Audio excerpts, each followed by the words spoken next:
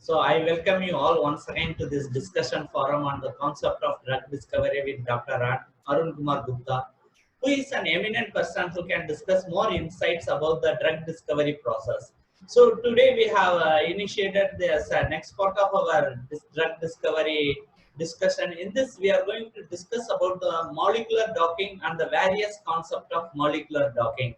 So I invite Dr. Arun Kumar Gupta, who can give an insight about the various aspects of molecular docking. Sir, welcome once again to this discussion forum, sir. Sir, can you give a little bit insight about the molecular docking? What is meant by a molecular docking? It is a very important aspect nowadays for the drug discovery because lately each pharma industry or research organization are looking to reduce the cost of drug discovery process, as well as they also try to speed up the drug discovery process with logics or with rationals. So for that purpose, they are using the molecular docking tools. Actually, this molecular docking is nothing but they are trying to mimic the similar situation which are maybe take place when the any chemical entity is entered into the biological system, and they how to interact with the macromolecule. It may be a enzyme, it may be a protein, or it may be a receptor. So ultimately, with the help of molecular docking, we try to mimic the similar type of interactions, similar type of pathologies which maybe take place in the biological system. And for that purpose, basically we are using the simulation study with the help of computational tools.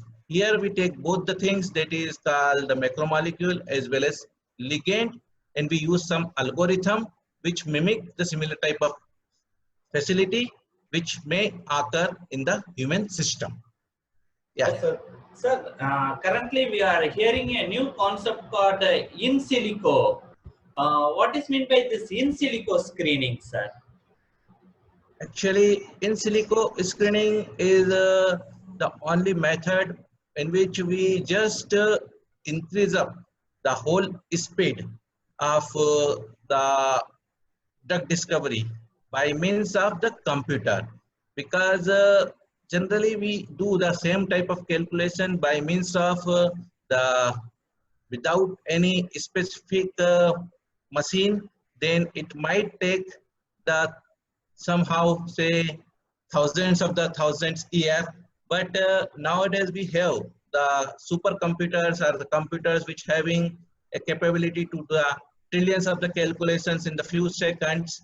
So we try to do all this calculation with the help of computer, and that's why these are called the in silico screening or in silico techniques, because they are not do completely manually but with the help of computer.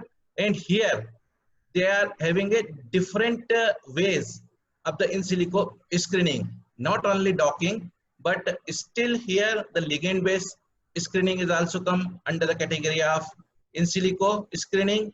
And sometimes if they go for the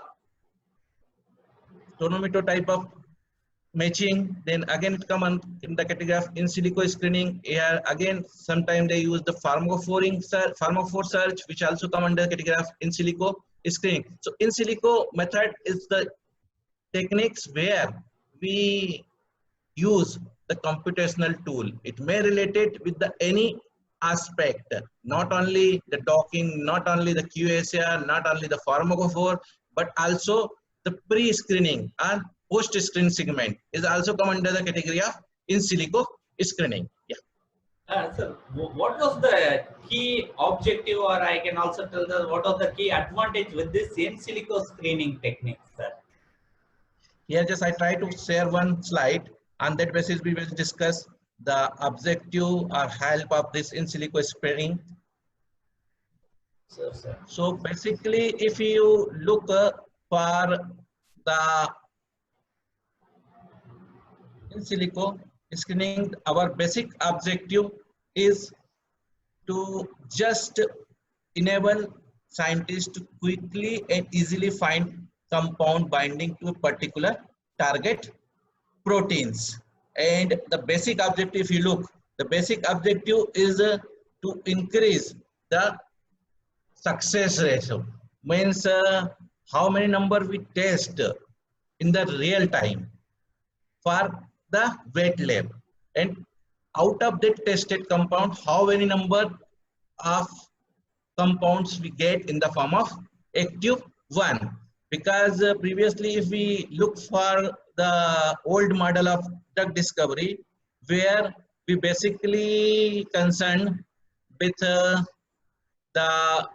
high throughput screening, means we just go for the million of the compound through a biochemical screening, and out of that we get few of the primary identified actives, that is maybe later on say hits, and their success rate is very less. It is less than 0.001%. So our basic objective when we use this in silico tool to increase our success rate, that is previously less than 0.001, we try to increase with the help of the in silico technique to 1 to 10% range. And sometime if you use some specific tool, when we go for the Me-Too approach, when we use the fingerprint type of things or shape analysis type of things, when we use the tonometer score, then in that conditions the success rate maybe increases by 50 to 60%, or sometime it may reach up to the 80%. So ultimately overall objective of our in silico screening to just enhance the success rate, and this is only possible as the target numbers is increases in terms of their 3D structures, as well as our computational power is also dramatically increased. We are able to calculate the trillion of calculations in the per second type of things, as well as the algorithm which are developed till time are having quite good predictivity as compared to the old algorithm with us. So the basic objective is only to increase the ratio, that is active molecule to the tested molecule. Yeah. Yes, sir. Sir, as you can see that we have had one more term called the virtual screening. So what is meant by this virtual screening, and what is in relation with the in silico screening, sir? Yeah. Actually, if you look for the virtual screening means we try to just simulate the things with the help of computational tools, which may be occur in our biological system. We try to simulate that type of things, and it is not actually take place in the real world, but it is occur in the virtual world, that will be in the computer world. So that's why we are saying it is computer virtual screening, because by virtue of this virtual world, we try to reduce the number of compounds which undergo for the real screening or wet lab. So that thing is called virtual screening, and it is not much differ. There is the in silico screening or virtual screening. That is the same thing. How you can implement the different words at a different level. That is the different thing. But it is only the things we do the things with the help of computational tools. That is called virtual screening. Yeah. What are the methods generally we can apply in this virtual screening, sir? Yeah. Actually, if you look for virtual screening, there are different methodologies are available for this virtual screening. Basically, two main categories are there. One category is that when we look for the ligand-based virtual screening, when we are not having any information about the target, or we are not having any information about the receptor, then we go for ligand-based virtual screening. But for that, definitely we must have the idea about the inhibitors. Are we already having a known inhibitors? Then only we can go for ligand-based or known activator. That is depend which type of searching you are looking for. But if the science is developed and we have huge number of 3D structure, we have the information about the human genome, as well as sometimes we also having the information about the genome of the microorganism, which may be responsible for certain disease in the human being, as well as we also having the information of the genome of the virus. Then we can look for the structure based drug design. Means here the genetic information is available. Apart from that, we also identify the essentiality of the genes for survival of that specific microorganisms or for that specific viral. So then if we have this idea, then according to that we can go for the structure based drug discovery. But again here the different aspect come in the pictures, or you directly have the 3D structure of that specific protein or that specific target, then we can go directly for the virtual screening on the basis of structure. But if we are not having the direct 3D structure, then how we can go for that? Then there is the different aspects come in the picture. Like that we can go for the homology modelings. Means if we know the gene, and after that we transcript that, and we just identify the sequence of the amino acids which may present in the protein in the form of that 2D informations or 1D informations. Then later on we can go for the homology modeling, and we try to get the 3D model from that homology modeling for respective proteins. And once we get this homology model structure, then we can go for the virtual screening against the specific database, because there is a different type of database are available. If you look for the small molecule, I already told in our previous discussion, at least we have near about 28 million small molecule till in the world. But out of that, a few are just restricted to certain corporate, and few are available to each persons as a open one or free one. But how we can use that? For that purpose, there the different databases are there, and from that database we just try to pull out the structures or pull out these compounds, and then we go for the screening purpose. Yeah. Yes, sir. Sir, how this process of this virtual screening is generally carried out? What are the steps has been involved, especially in this virtual screening process?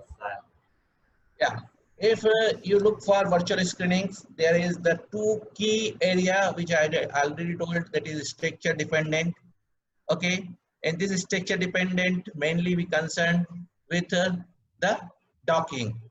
And nowadays, apart from this docking, there is the de novo search is also come in the picture, where we go for the sprouting of a molecules in the specific active site or some allosteric site.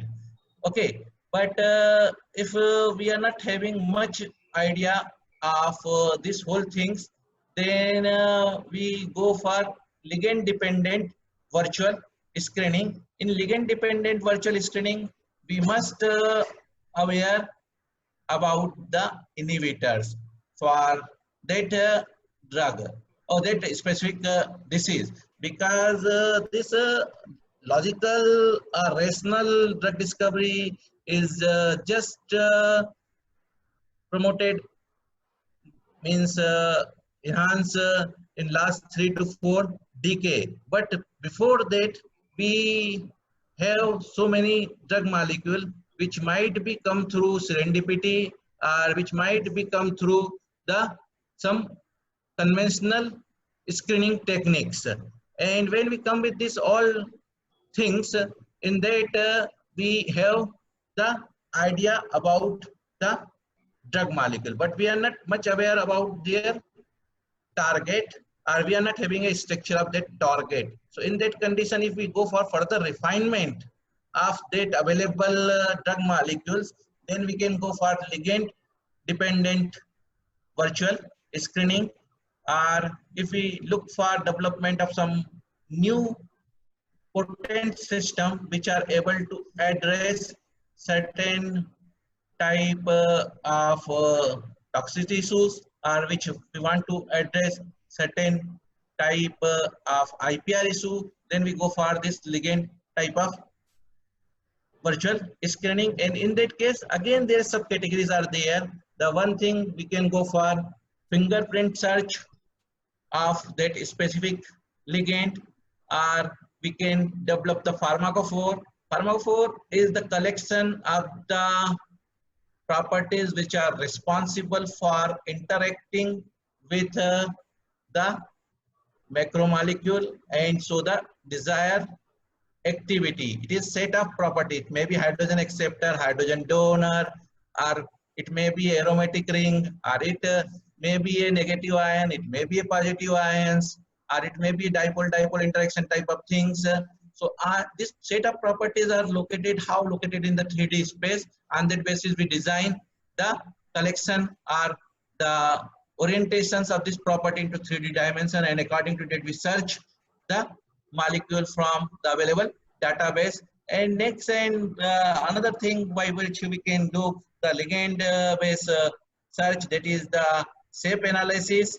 Here in shape analysis, we go for the primary searching, because the things is that in drug discovery, we assume that the drug which undergo for interaction with the macromolecule, there may be a shape complementarity is required, a complementarity against that cavity is required, and generally for that purpose we go for the shape based analysis. But if these things is not stopped here only. Apart from that, this with the shape complementarity, they also look for the charge complementarity or some other physicochemical property complementarity in that, so they go for that. And apart from that, nowadays the another thing come in the pictures which is not having that much of success, but it might be helpful for generation of the congeners or generation of the analogs. When we go for the conventional QSAR, in conventional QSAR, we just develop the congeners which might be having a more activity or more specific desired property which are looking for. Okay, yeah. Hari? Yes, sir. One more concept we are understanding about the pre-screening. So, what is meant by the pre-screening, sir? Before exactly getting into this virtual screening. Okay, yeah. Hari, you asking very good questions, because the success of any virtual screening is not based on using the computational tool, but how you can implement that tool in the discovery process, that define your success, as well as they also able to help the speed up of your protocols. Apart from that, they might be helpful in just reducing the failure rate in the later phase, if you are able to do the proper virtual screening protocol. So if you look for proper virtual screening protocol, here the main object is like this one, when basically we take the docking. So ultimately the first thing is the data collections. Data collections is in the form of two things. One is in the form of a small molecule which look for binding towards the specific target. So there another thing is the data in data collection, that is the target, that is protein. Okay, but after data collection, the next thing is coming the pre-screening, and this pre-screening play a very crucial role when we go for the docking, because ultimately I told previously there is near about 28 million compounds, so there is no need to go for the docking of all the 28 million compound, because this 28 million compounds having a diverse properties in terms of molecular weight. Their molecular weight may be vary from the 100 to maybe reach up to 1500 or 2000 like that. So we are not looking for all the molecule which having a this diverse range of molecular weight. but basically if we look for our knowledge, there is the maximum drugs which are available in market except the anti-cancers and antibiotics. The maximum drugs are having a molecular weight in the range of 500 or less than 500. So these things primarily give us ideas that we are also concentrate on such molecule which having a molecular weight of 500 or less than that. There is no need to go for the concentrating towards the molecule which having a higher molecular weight like thousands or 1100 or 1200. So if we consider this thing in our pre-screening, then we can just reduce out our library which is 28 million, and it might be reduced to some few millions. Apart from that, the another thing, if you look for these molecules, then they follow certain specific rules. That is called Lipinski rule of 5. That means they are having the molecular weight 500 or less than 500. If you look for the log p value, then their log p value is 5 or less than 5. And if you look for the hydrogen donor, then they have the hydrogen donor which is 5 or less than 5. And if you look for the hydrogen acceptor, then they have the value up to 10. So this type of things are there. So definitely there is the need to go for filtering of this type of molecule by means of pre-screening protocol, not only on the basis of this Lipinski rule of 5, but apart from that, the another criteria is also there. If you look for that, that is the polar surface area.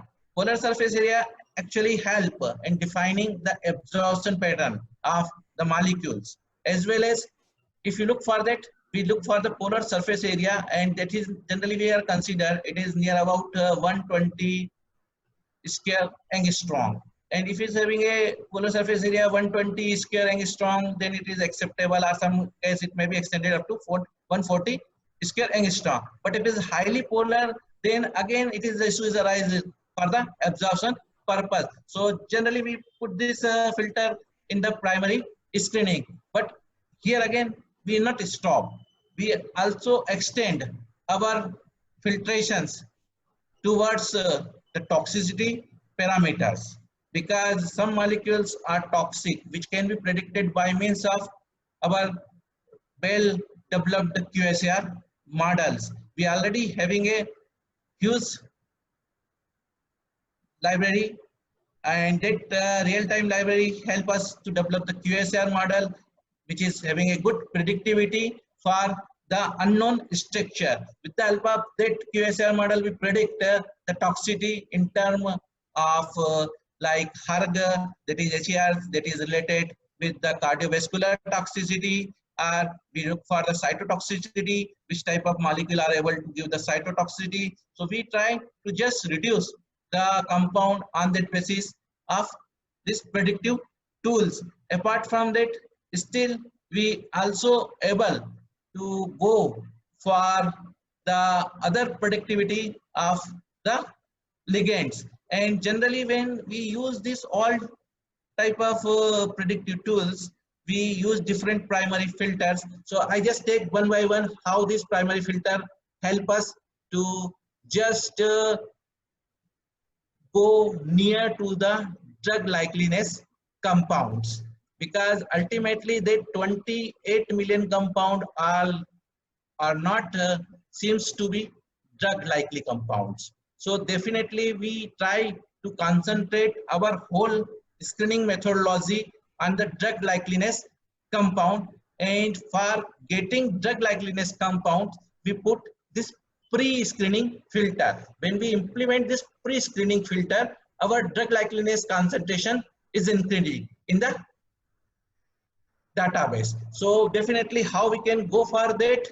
So this is the whole methodologies, is that objective of pre-screening process enhance the probability to find hits comprising reasonable drug-like structure.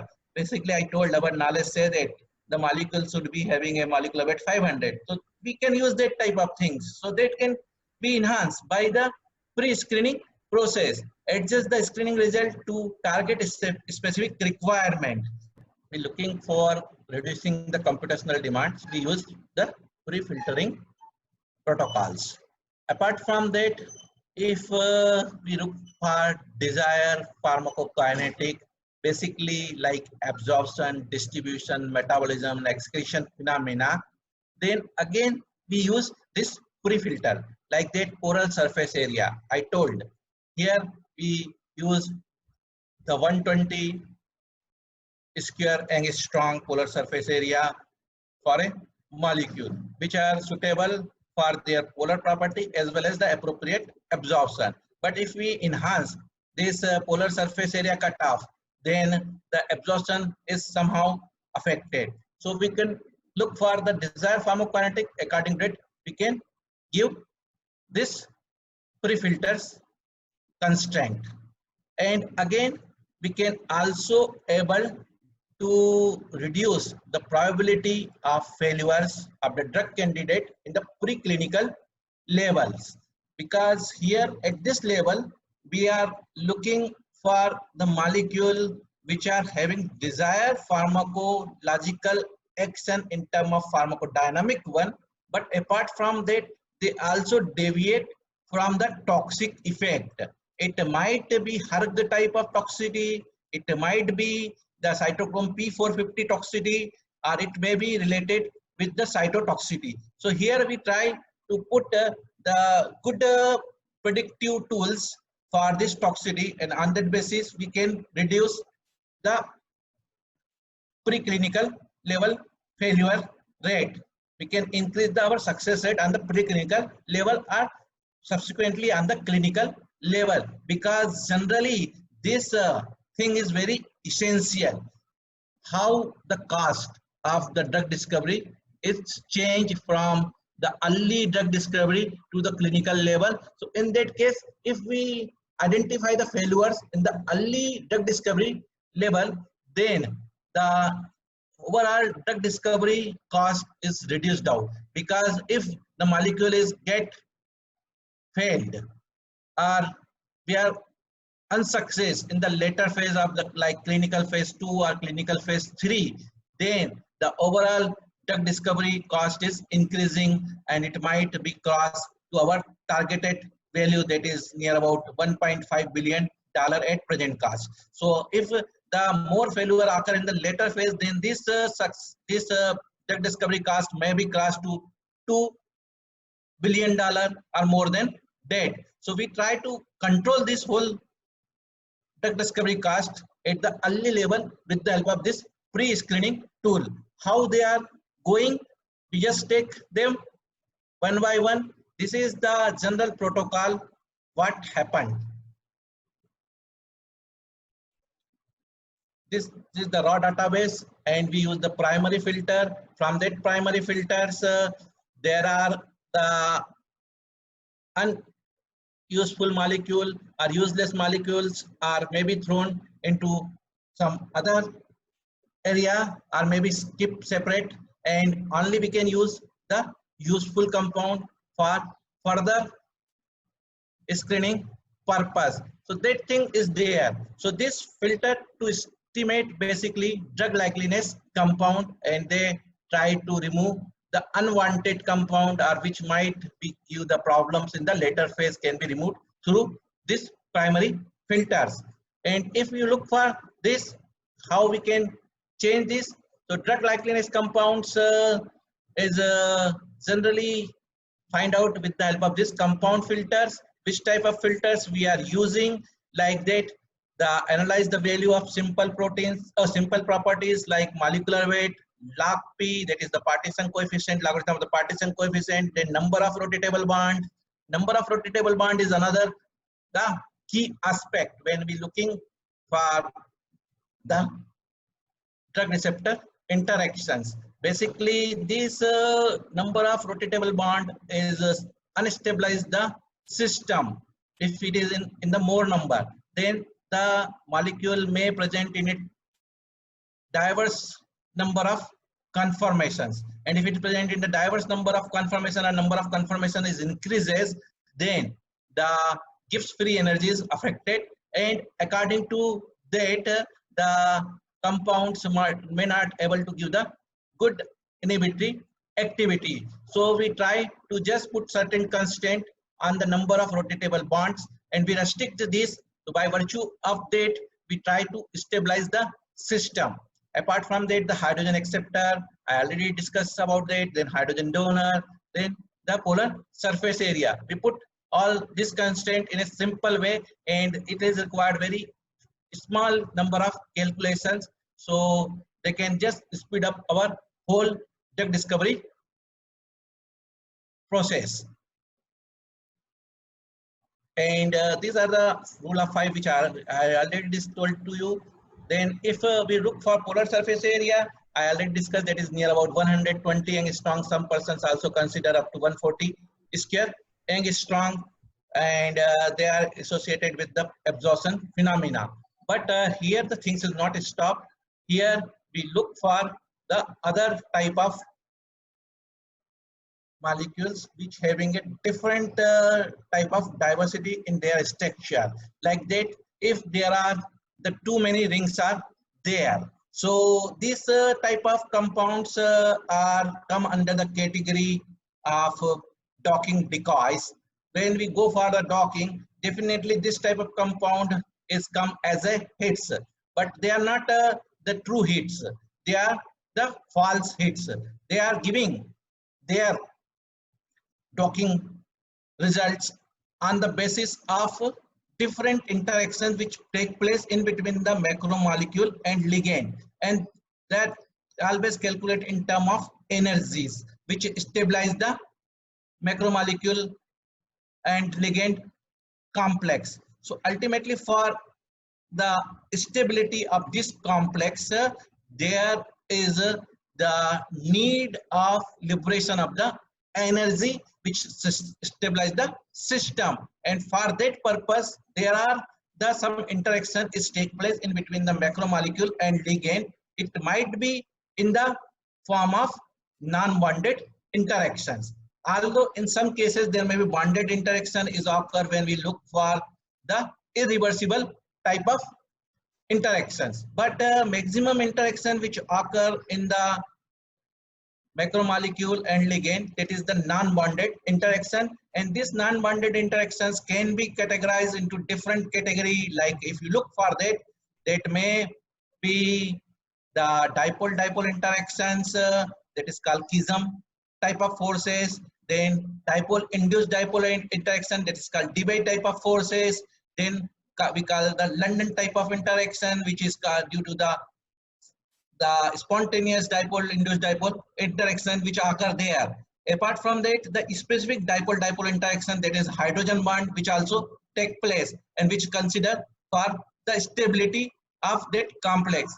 Apart from that, some other forces also play key role, that is the pi-pi interactions or the aromatic pi interactions. So how they are contributed? Some having a value in terms of energy is huge. Like if you look for the hydrogen bond interactions, this hydrogen bond interactions generally having the value in terms of some 5 to 50.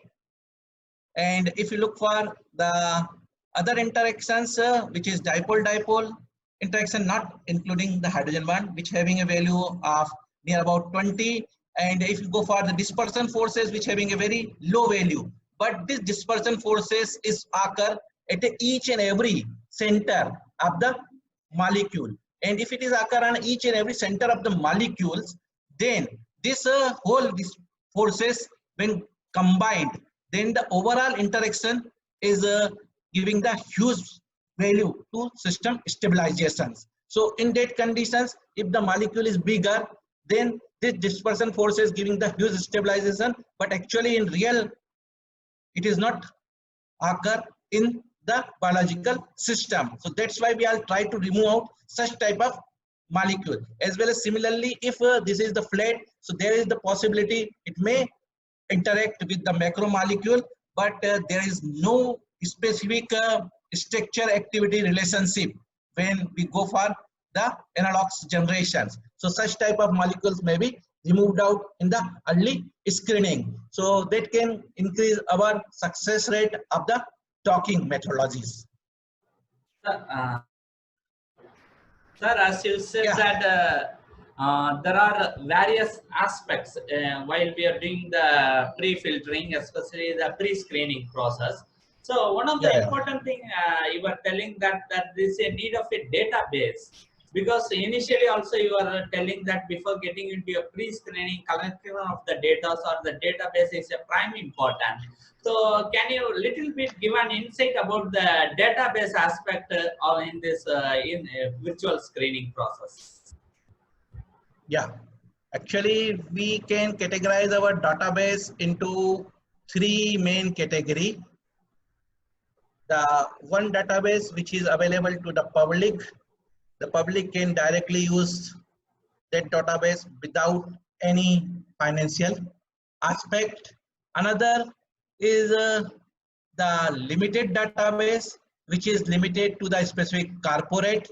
Like if we go for that, if it is related to the AstraZeneca, so it is AstraZeneca database. If it is related with the SmithKline, then it is a SmithKline database. And if it is related with other pharma industry, then it is up to date because they are their proprietary properties. So no one can claim on that database, and no one can use that database without the permission of that specific corporate. But apart from that free database, there is another commercial database is available, and that commercial database can be used. But for that, we need to pay the specific charges what they are asked by that commercial organizations. So generally these three databases are there.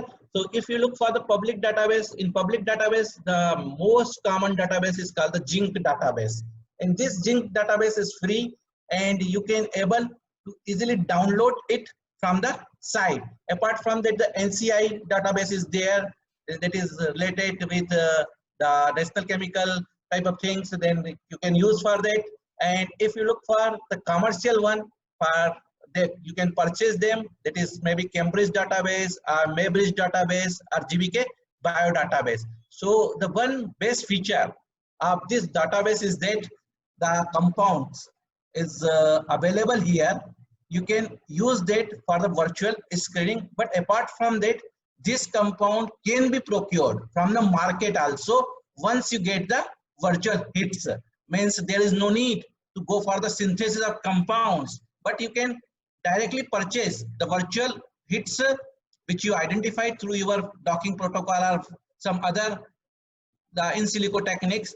Then you can directly order the compounds because they have their own synthetic forms in the market. And once you purchase, then you can directly go for the biochemical screening in the wet lab, and you directly get the success rate. So here the one step is reduced, that is the synthetic step, so the synthesis of the compound in the early level. Later then when you go for the lead optimization and lead identification, then you go for the analogs generation by means of synthetic way.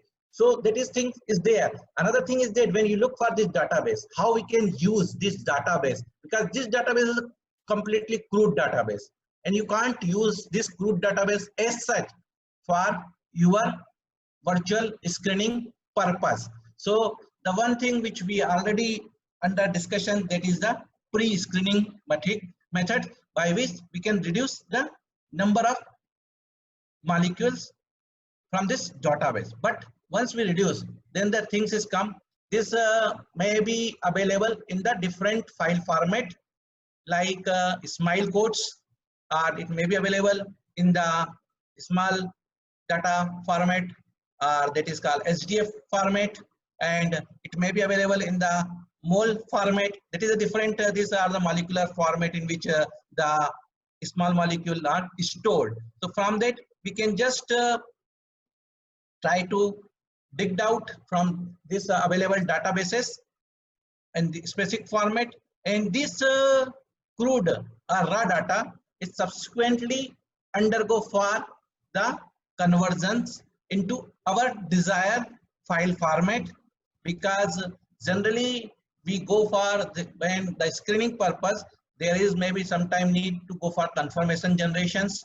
So we use the conformer generation techniques here, or sometimes if they are available into SDF format or mole formats, if we use the SDF format or mole format as such, then there's some biasness maybe there. So for removing this biasness, we always use the smile code, and from that smile code we generate the 3D structure, and from that 3D structure we generate the different conformers, and this conformer is subsequently used for the screening purpose. So that is the key aspect. Don't use this crude database as such for the virtual screening, then your result which may come through that crude data, it might having a error. So for removing the error, or for just getting the reproducibility, there is need to go for the some type of calculations, some type of manipulations of this data as per our need, and definitely by virtue of that we get the good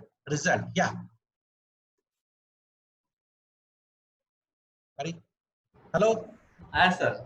Sir, thank Yeah. you very much for giving an insight about the various aspect of this molecular, that is the virtual screening aspects. So in our future lectures, we will get an enhanced knowledge on each and every step of this virtual screening process. So today you have given a lot of insight about the, especially the pre-screening and the molecular on the databases.